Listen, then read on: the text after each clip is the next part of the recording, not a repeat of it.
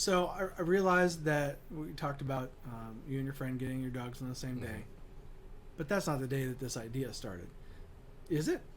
No. Oh, okay. Tell me about the cocktail napkin day. Yeah. That you're like, hey, let's do this. It really was a cocktail napkin idea. Perfect. It was one of the days where we had our dogs out on a patio, and right. And we'd just been to the dog park, and we're like, man, if we could just combine these concepts, what would we call it? Right. And one of us said we'd call it Bar K, and at that point it sort of seemed like this real thing in our minds. Now, that was 10 years ago. Right. And, it took a long time for us to get serious about it, and I guess one thing I would say to any of your listeners out there is that, there's a saying that I heard from a guy named Chuck Blakeman. He wrote a book called Making Money is Killing Your Business. Has nothing to do with, right. There's nothing wrong with making money in your business. In fact, please do. Yes, please do. But it was a very catchy title. But one of my favorite quotes from that is he said, "Thoughts and feelings don't create action. Action creates thoughts and feelings." Right. And that you can sit around and think about things, and in your mind you're like, "Oh, I'm really doing it." Well, that's not true. Right. Until you take action, and so you just have to think about, what's the next action step I can take to move this forward. And until we really, we were thinking about it and talking about it and joking about it until we decided, hey, we're jumping in, full force. Right. And we both left our businesses that we were in at the time and did full time. This would never have happened without that.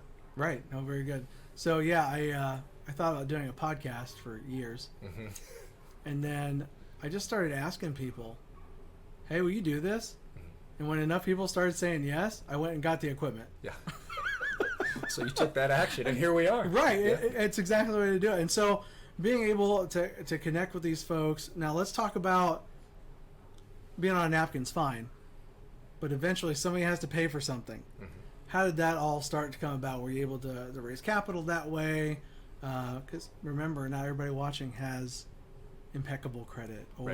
So share with us kind of how you guys figured that out and how that breaks down.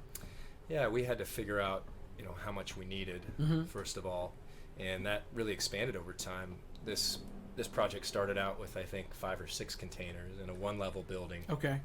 And not as many features as we had, and we saw that there was an incredible opportunity. The pet industry, it's a $72 billion industry, which is right. on par with all of U.S. professional sports. Right. And nobody's really doing this, and we thought, what an opportunity this sure. Presents. But nobody's going to kind of win this by sort of putting half in on it. Right. So we really wanted to say, hey, if we're going to do this, let's do it, and let's be the leader on this. And so that increased the scope of our project quite a bit. But that's where we got our number.